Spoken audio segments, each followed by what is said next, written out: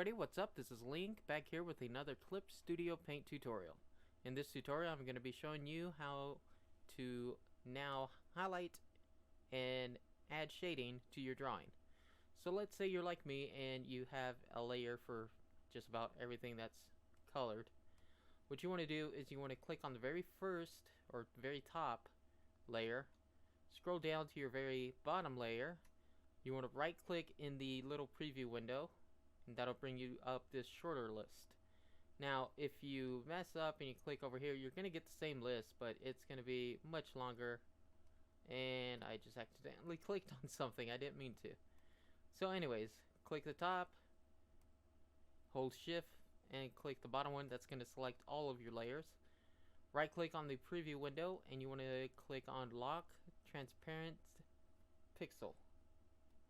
Now what that's going to do is it's going to lock all of these layers, as you can see, and what it basically does is it doesn't let you color outside of the layer or whatever's in the layer.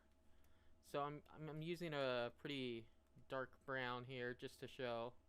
So you see this is my fur layer, and if I drag my tablet pen out here, it's not going to color out there. It's just going to stick to whatever's in that layer. So I'm going to Control Z that. This is what I basically do every time I go to do the shading and highlights. So you want to be able to pick a color that's darker. You could change up the different color to make it kind of pop out a little more. That makes the fur kind of pop out a little more. And you could either use the G pen, then go and use the blending tool and go ahead and blend the color to make it a smoother shading. Or what you can do is use the soft brush tool, which I'm using the default shortcut keys here. So I just pushed B twice, P for the G pen, B twice to get into the hard and soft brushes. Now what that does is it kind of does the blending beforehand, kind of makes it look like you blended before. It kind of saves you a little time, but it's up to you how you want your drawing to be.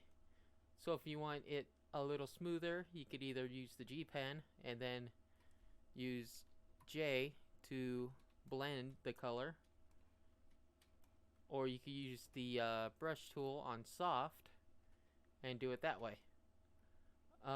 If you prefer to do like more cell shade style, then I would definitely use the G pen and just going into the areas that you want, and there you go, you got your cell shaded.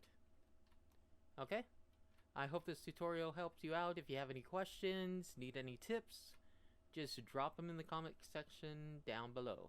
Have a good one.